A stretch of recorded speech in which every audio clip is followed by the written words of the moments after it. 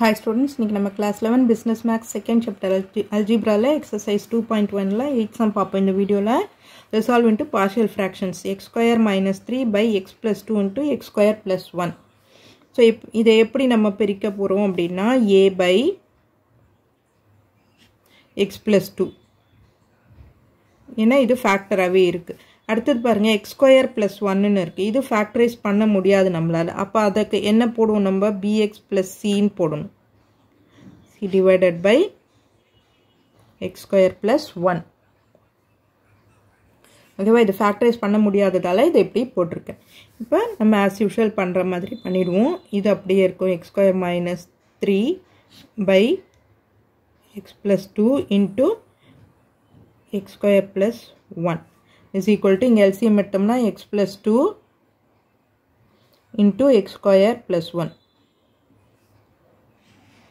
So a into x square plus 1 plus bx plus c into x plus 2. ஓகேவா, இந்த denominator ரெண்டும் cancel ஆயிடும்.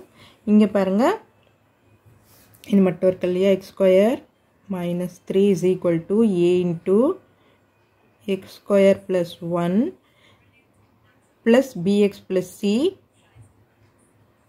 into x plus 2. இப்போ நம்ம first put x is equal to x plus 2 is a factor இல்லையா, அப்போ x is equal to minus 2. இது வந்து first equation எடுத்துக்குவோம். இதில் வந்து substitute பண்ணுவோம் in equation 1.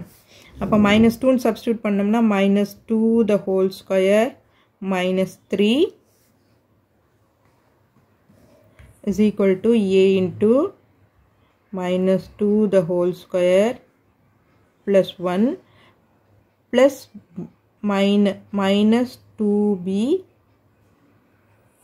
plus c into minus 2 plus 2.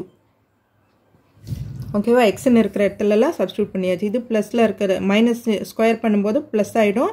இப்போ 4 minus 3 is equal to இங்கே என்ன ஆகும் 4ன்னு வரும். 4 plus 1 5 5a, இது 0 ஆகிடும் ப்ளஸ் 0. இப்போ 4 minus 3 is equal to 1. இப்போ 5a is equal to 1. அப்போ a is equal to 1 by 5. So a value கண்டுபிடிச்சாச்சு.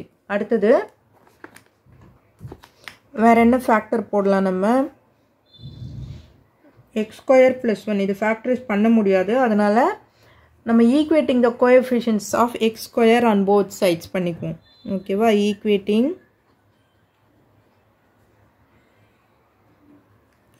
கோஎஃபிஷியன்ட்ஸ் ஆஃப்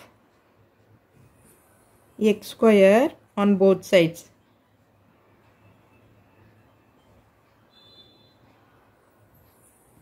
x square ஓட கோஎஃபிஷியன்ட்ஸை ஈக்குவேட் பண்ணுவோம். இந்த பக்கம் பாருங்க a x square இருக்கா, அப்போ a அவ்வளோதான் இல்லையா. b இந்த b x squareன்னு வரும். இதே மல்டிப்ளை பண்ணிங்கன்னா b x squareன்னு வரும். அப்போ ப்ளஸ் b c x தான் வரும். ஸோ தட் அது வேணாம் நமக்கு. இங்கே x squareோட கோஎஃபிஷியன்ட் என்ன இருக்குது 1ன்னு இருக்குது.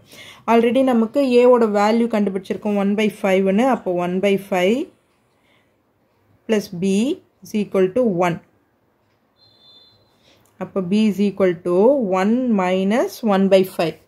அந்த 1/5 அந்த பக்கம் கொண்டு வந்துடுறோம். 1 minus 1/5. இப்போ LCM எடுங்க. LCM எடுத்தீங்கன்னா b is equal to 5 minus 1/5.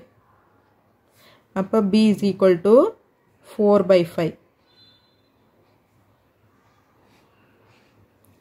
b value தெரிஞ்சிச்சு. இப்போ c கண்டுபிடிக்கணும் இல்லையா. Equating the coefficients of x, equating coefficients of x on both sides.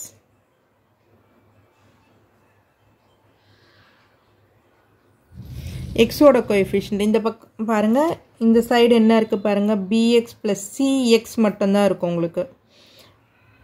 ஓகேவா, 2bx ன்னு ஒன்று வரும்.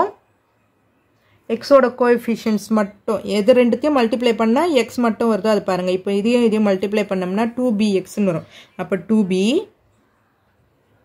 இங்கே எதுவுமே வராது, எக்ஸ் ஸ்கொயர் கோஎஃபிஷியன்ட் தான் இருக்குது. a × 1 a தான் வரும், அதை விட்டுருங்க. அப்போ அதுக்கப்புறமா c × x வரும் இல்லையா, cxன்னு வரும். அப்போ 2b + c = இந்த பக்கம் என்ன இருக்குது 0, எக்ஸே இல்லை இல்லையா, அப்போ 0ன்னு வந்துடும்.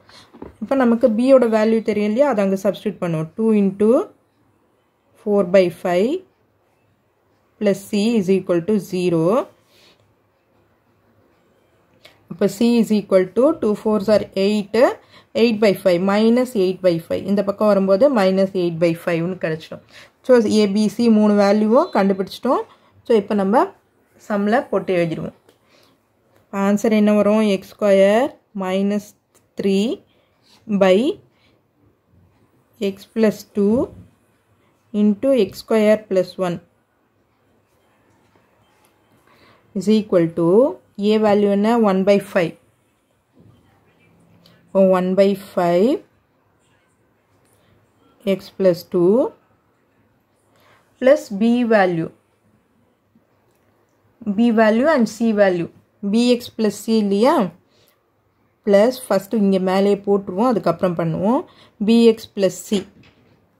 இப்போ b value 4/5 plus c, so -8/5